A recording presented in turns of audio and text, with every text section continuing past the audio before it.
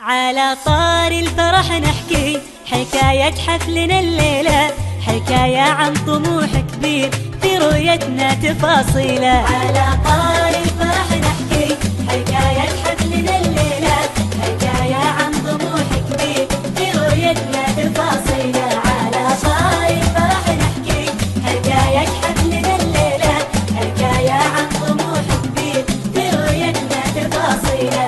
قصص وايام عشناها تعبها وفرحها حلوين، نعيش اليوم ذكراها سنين وكأنها يومين. قصص وايام عشناها تعبها وفرحها حلوين، نعيش اليوم ذكراها